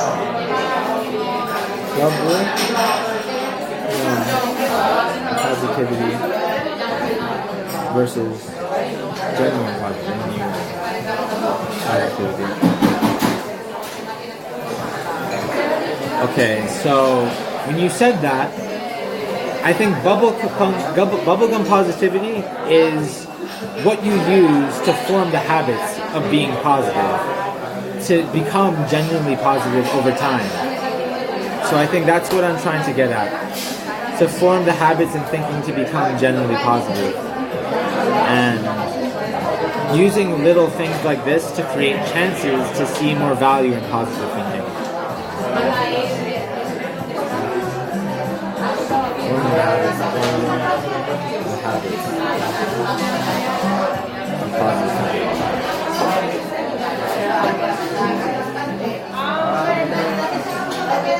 So you're suggesting bubblegum positivity? I mean, I'm suggesting that the way we perceive cognitive dissonance in social media could lead us more to the right path of human discourse. And I guess I would be suggesting that bubblegum positivity could be a pathway to genuinely becoming positive. I do believe that. Don't say that. I don't know. I have to think about it.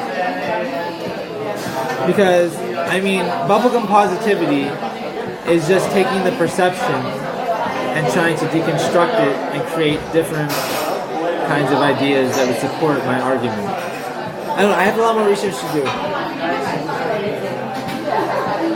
Bamboozling through terminology.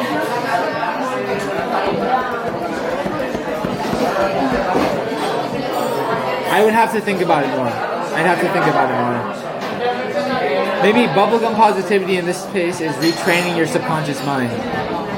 Bubblegum positivity is retraining your subconscious mind in a sense to become more positive. We're almost done with this article. So I'll just, actually no, we didn't read. We already read this one. So I'm going to do a little research on this later.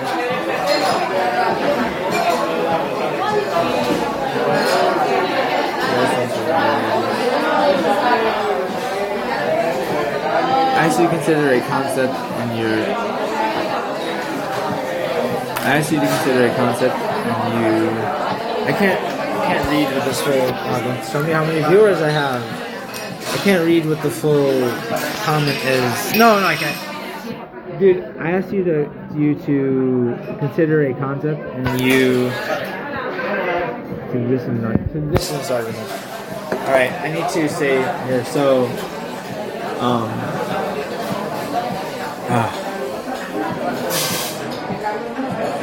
I think. Give me a second.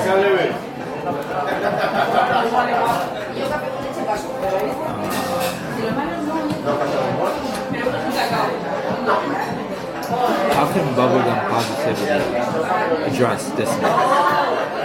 Because the problem is dissonance links to loneliness. The problem we're exploring is dissonance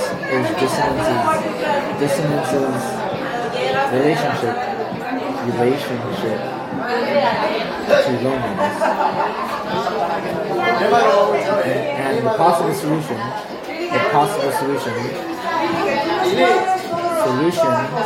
is adopting bubblegum positivity. Is adopting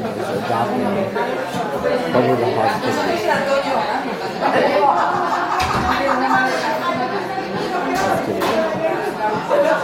So I said that the problem we're addressing is cognitive dissonance's association with loneliness, and the solution we're proposing is bubblegum positivity. So in this sense, I think this is what I need to structure. This is how I have to structure my arguments. And of course, I'm still in the early stages of research. However, I do believe that over time, I'll get a better view of what I'm trying to do. Because I know that right now maybe some of my things are circular, but I have to learn a lot more to be able to actually do this.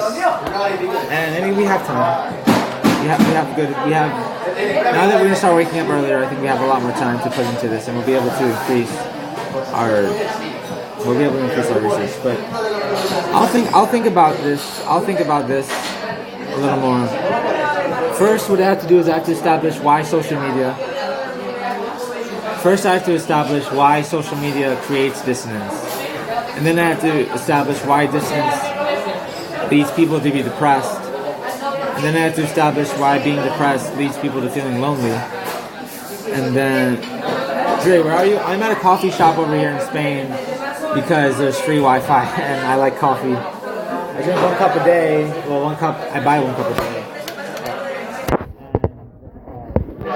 Yeah, I've been really interested in this coffee shop place. I've come here every day for a very long time. And yeah, it's good. It's a good place to work in, but sometimes it gets a little noisy. I know. However, I do think that I'm on the end side of my stream right now. I have to go and get some things sorted out tonight. So we're gonna be exploring these thoughts a little more in depth in tonight's stream, Sir Willow. Thank you for the guiding direction.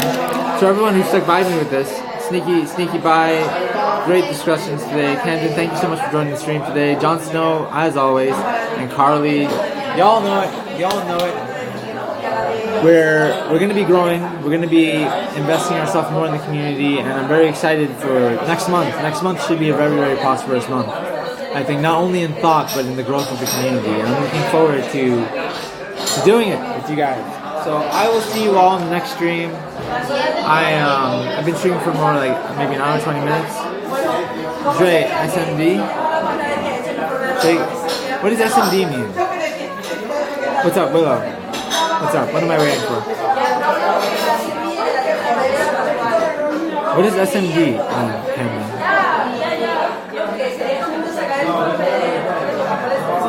don't get the acronyms. I want you to do something, but I'll put it in Discord. All right, I'll read the Discord message after I end out a stream, and I'll get to it. Ask Steven, SMB. What does it mean? I know you're probably just joking around. I don't know what it means, so I don't know how to respond properly. So yeah, I have to figure out what it means. Anyway, guys, I'll get to it when I'm done at the gym. Before I get on the evening stream, I'll look at the message. I'll look at the message before that, but then I'll think about it and try to think of some possible responses before that. Anyway, guys, thank you so much for sticking by and hanging out. I'll see you all in the later stream. Bye bye. Don't look at me. Where's my end stream? What's with the questions?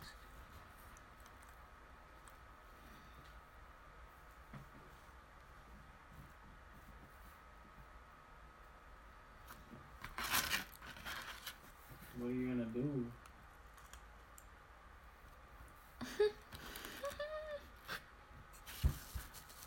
Okay.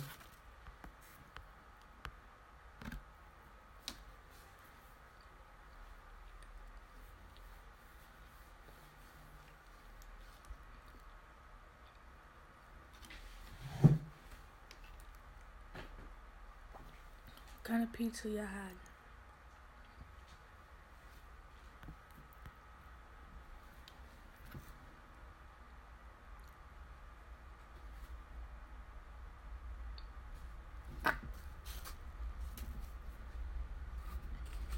You ended it?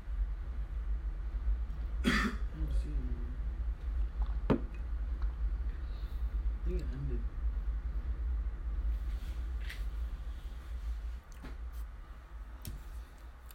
Pepperoni pizza's good. I don't see it.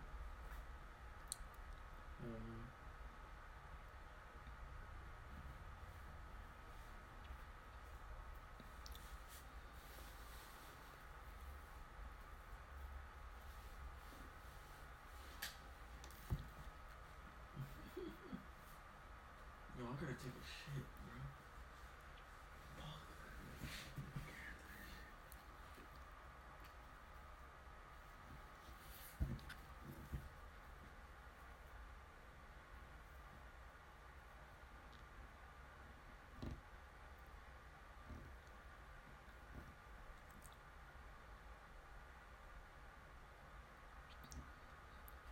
I cut my hair, I think I'll say every 3 months. Cause, you see my ends, I cut my hair recently, I forgot when. When did I cut my hair? I don't know, but, I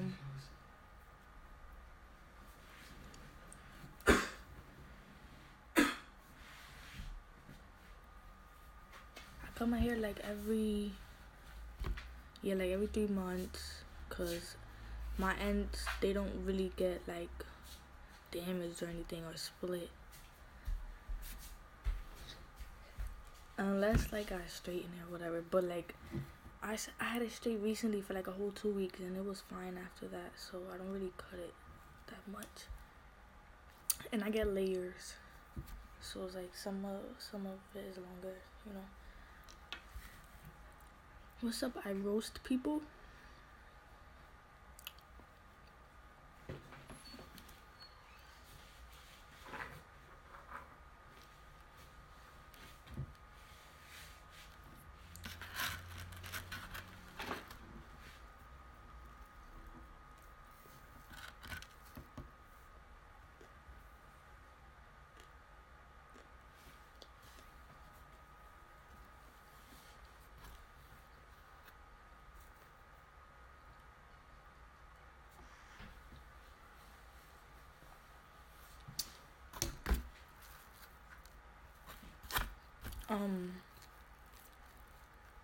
I take forever to eat. Oh my goodness.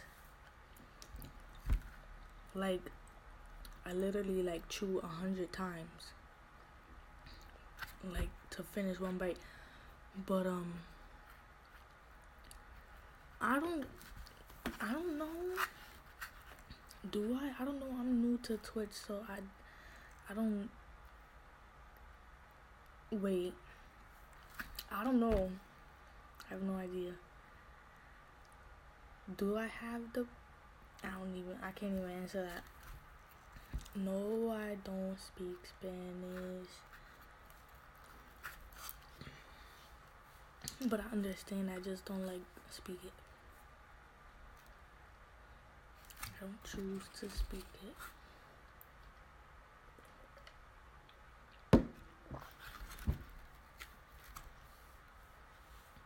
I did this to my hair last minute because like I had nothing else to do to it. Like it was a mess. Like I had it up. I just had it up in like a pineapple. So I had to put it like this because I'm not ready to comb out the curls. So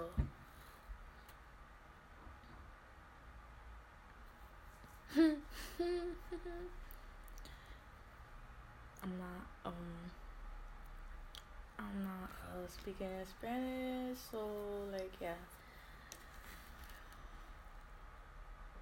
speaking English, okay guys?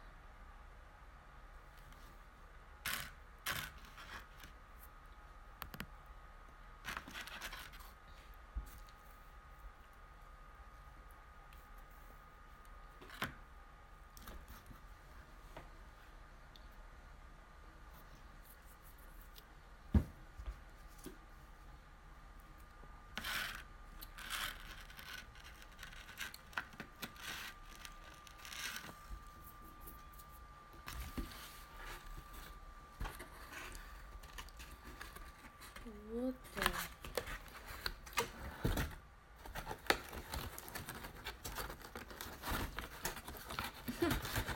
Nah, and well, that's a good. You got some good music.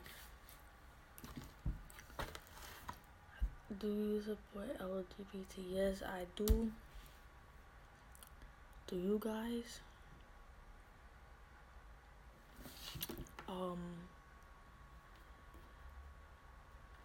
I'm pretty sure that was not me. In the Bronx, that was not me. If it was years ago, possibly. But yeah, that wasn't me. Last time I went was like probably like almost 2 years ago.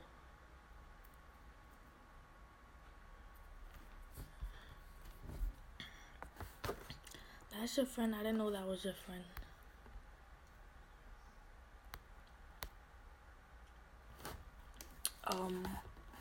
Do you love all races? Normal people. Normal people is not okay. Yeah, I do. I do. Do you guys? But yeah, that wasn't me in the Bronx.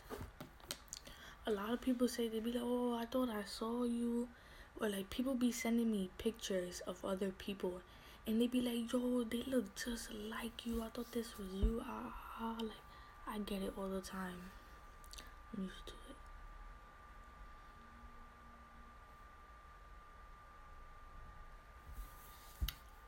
But yeah. The little girl in the black show. What black show? Can't remember the name. The little girl. Well, you know, you live in New York.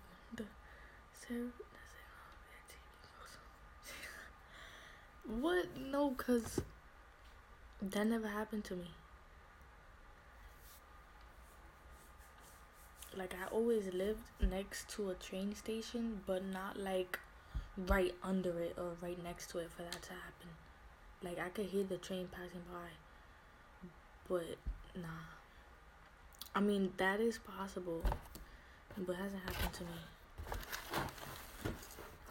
But that is kind of That would be annoying.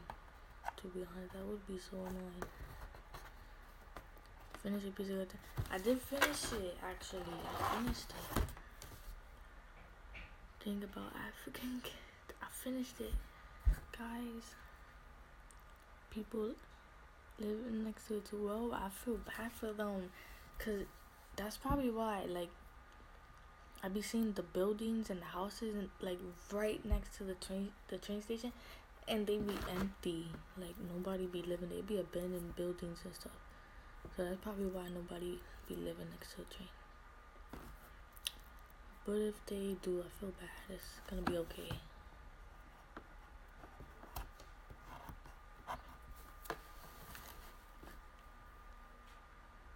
Because they got deported.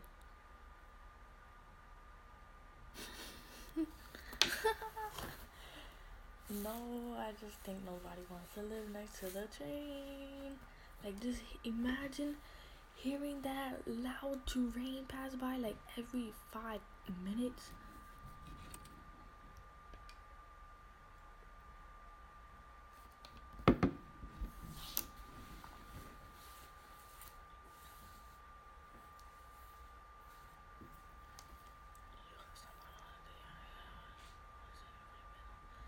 Actually, I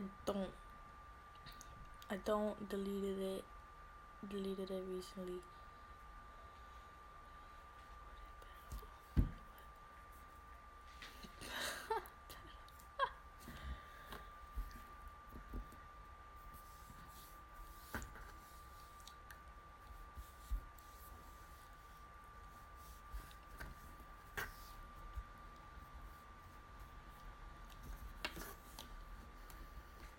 Yep.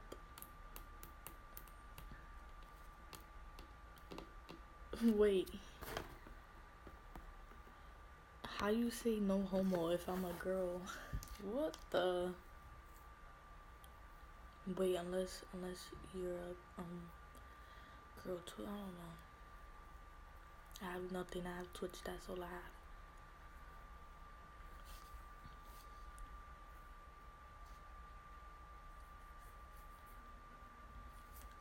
I don't have any social media.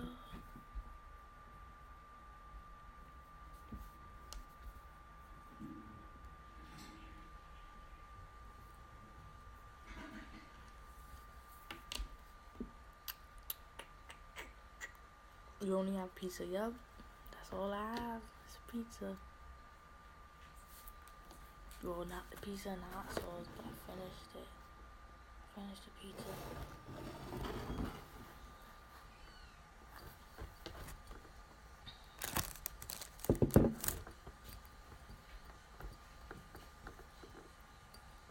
You really black when you put hot sauce on pizza.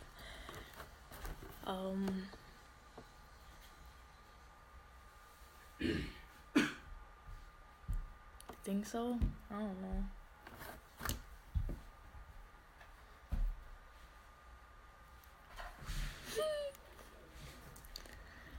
I put hot sauce on everything. Yesterday I put hot sauce on my fries, my chicken nuggets. I put it on my rice. Everything I eat for dinner, I put it. Oh, I put it in my soup one time. Yeah, I put hot sauce in my soup. Like sometimes when you don't have ketchup, you gotta put hot sauce.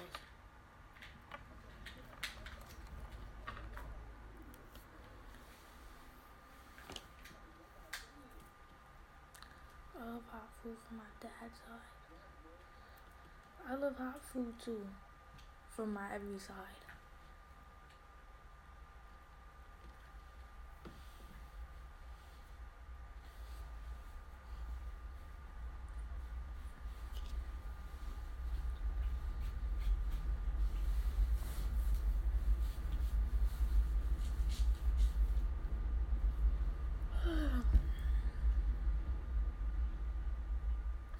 Yo, I'm getting so tired.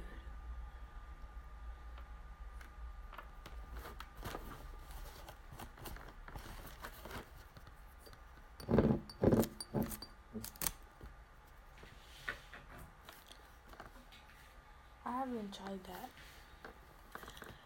I'm gonna try it one day. Lime.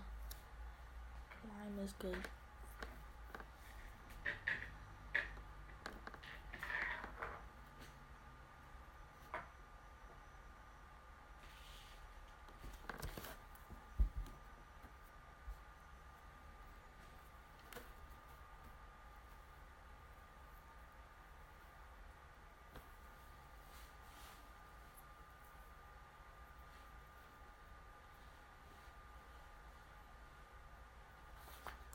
Anybody else like hot foods? What's your favorite spicy food? Any recommendations?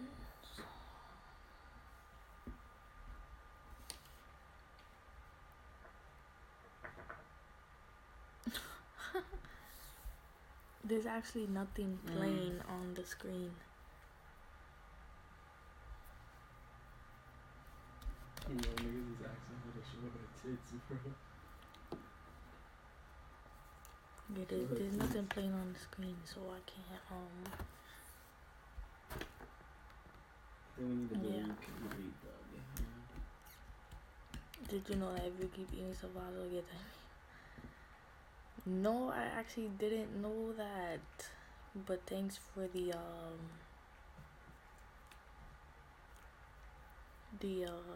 warning. I did not know that.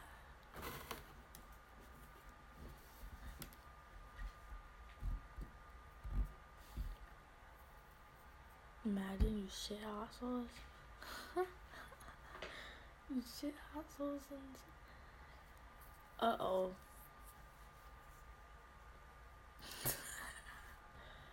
Oh my gosh.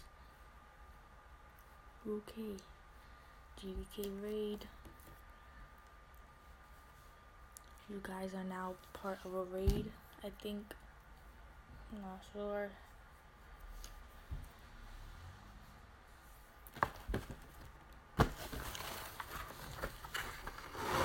Make sure y'all buy some Domino's when you guys can. You usually eat mozzarella fried.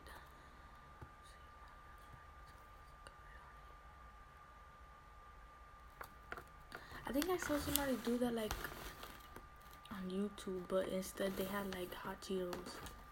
Domino's twist. Yo, that's, I was about to say that. I was about to say like save some money to buy some.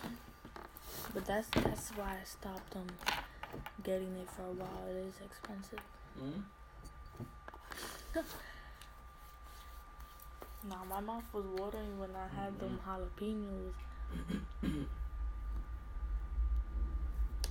Jalapenos on my pizza.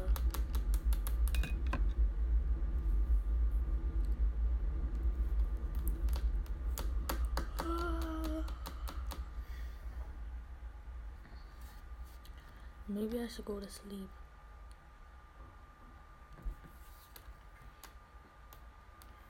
I have a package coming tomorrow.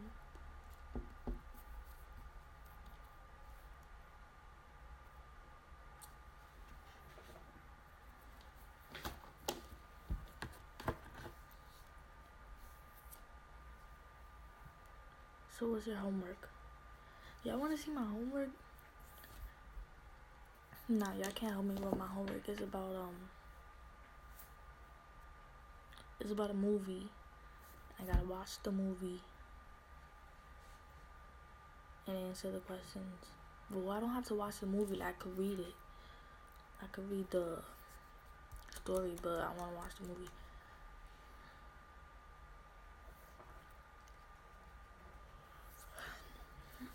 You eat that, you eat Spanish. I don't really like mango, but fried cheese and eggs is good. What kind of pizza? Domino's pizza with jalapenos and bacon and sausage and ham, and I put hot sauce on it. Where the fuck the pizza? It's finished. There's like one slice left. Somebody named C Blue, it's Kev, Mel's, me, and Cash.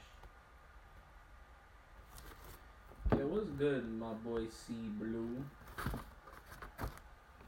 it says there's 3 viewers. I don't understand how.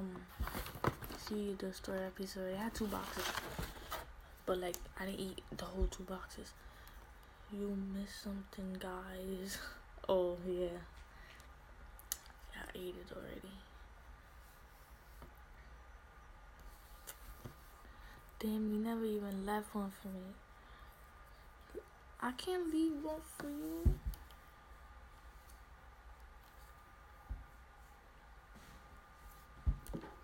It's too easy, Dubs. What the fuck?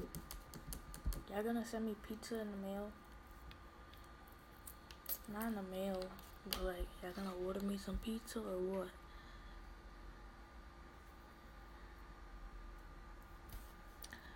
Yo, my edges are like,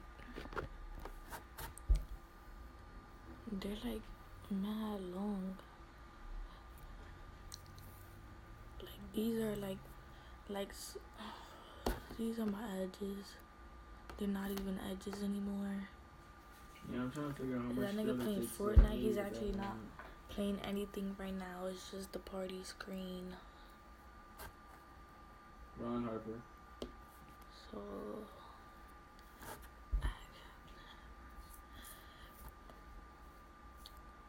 he's busy in the other stream.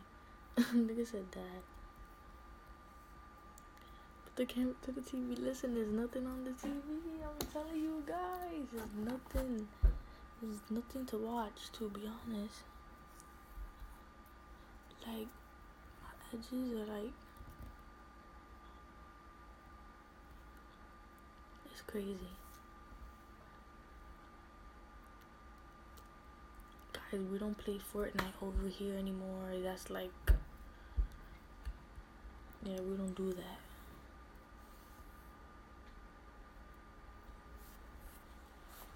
There's nothing on the TV, so I can't, like, you know.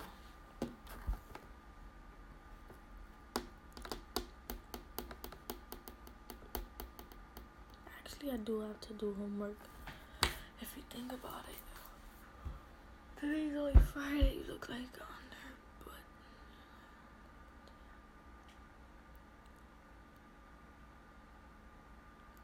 under budget. I guess. I don't know what that's supposed to mean, but okay. I look like a cheap version of Cardi B, that's fine. I look like everything, yo, this whole stream. You guys. I don't even look like Cardi B. But I have no bronze cards. Wonder why.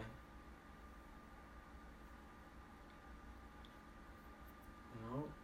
Like, how is that even possible?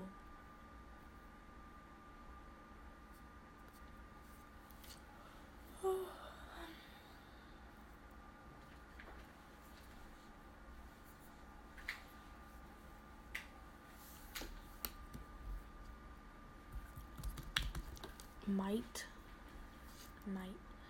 stream again later on, like, I don't know what time, somewhere in the morning, like after. Oh shit, it's 1 o'clock. Oh my god, I thought it was like 10 o'clock, 10, 11. What the? Nah, it's really 1 o'clock already. And I was talking about my stream after 12. It's already after 12. You see, I'm already like, I don't even know. It's already after 12. Uptime. Yo, I get it, okay? I've gotten that many times. But you might be right.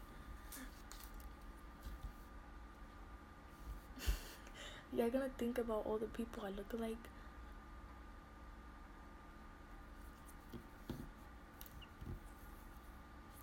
Oh, I should do that one day. Like, who do I look like? Bad baby.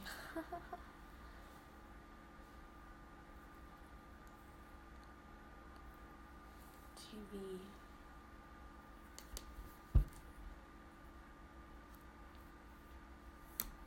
Nothing on the TV, you guys. You're trying. Tell us how your school. Tell us how your school. My school. Beyonce. Now y'all dragging it, okay. My school is like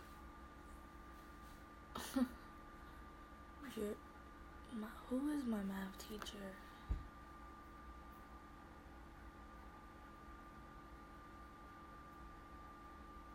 Who is my math teacher? Wait, the school's desk or someone dead ass mean I like men? Hey, yo. Let me look at my schedule. You're a faggot. Nigga changed his name to I like men Z. So I got a new math teacher. Yeah. And I don't even know who it is because like they gave out like new schedules before the break. So everybody that wears that brand basically. But likes my men. old math teacher, like from like before the new schedule, Thank God I never bought one of those she's okay. She's not sexy as fuck, but shit. Yeah, but she's I never alright. bought it. I wonder why. My Probably new from math straight. teacher, it's a guy, and I never met him or anything. So. Didn't do anything. Y'all want to to see you. my classes? Well, I have more classes You're than watching this, faggot gameplay. but it's not on this paper. Do you have good grades? Guys, I will update you on how my grades look when I go back to school. Honestly, I don't know how my grades looked. Like, I tried to sign into Pupil Path, but I have to like re-register because I don't know my password. But yes, they are good. But if y'all want to see my grades, I can show y'all my grades when I go back to school. No, I'm not gonna be a future doctor. Are you? Are you guys gonna be a future doctor?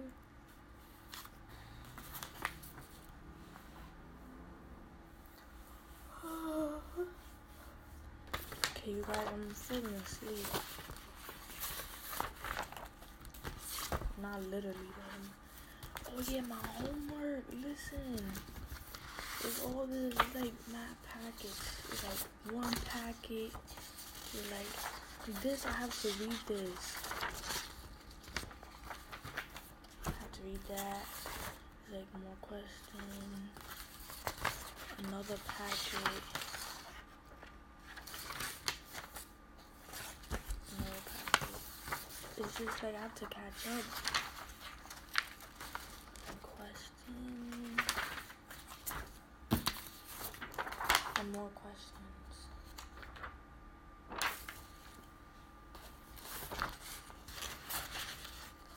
Nigga, search the answers up. I am gonna search it up. Well, like, it's based on like it's a movie. It's called The Godfather, and I want to watch the movie before I try to read it so I can understand what I'm reading.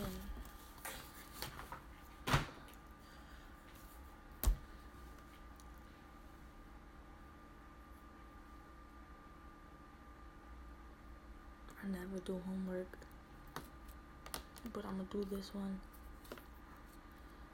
Alright, I'm out too, actually.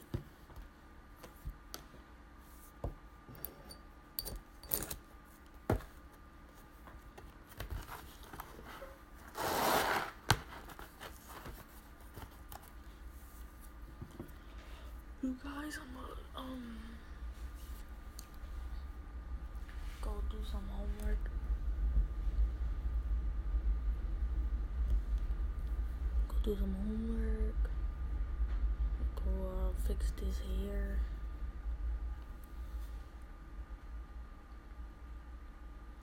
And then go to sleep.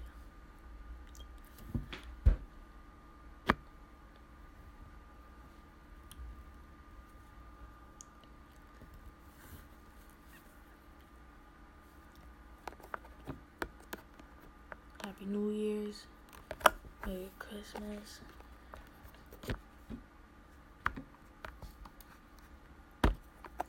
Happy Martin Luther King's Day, all that.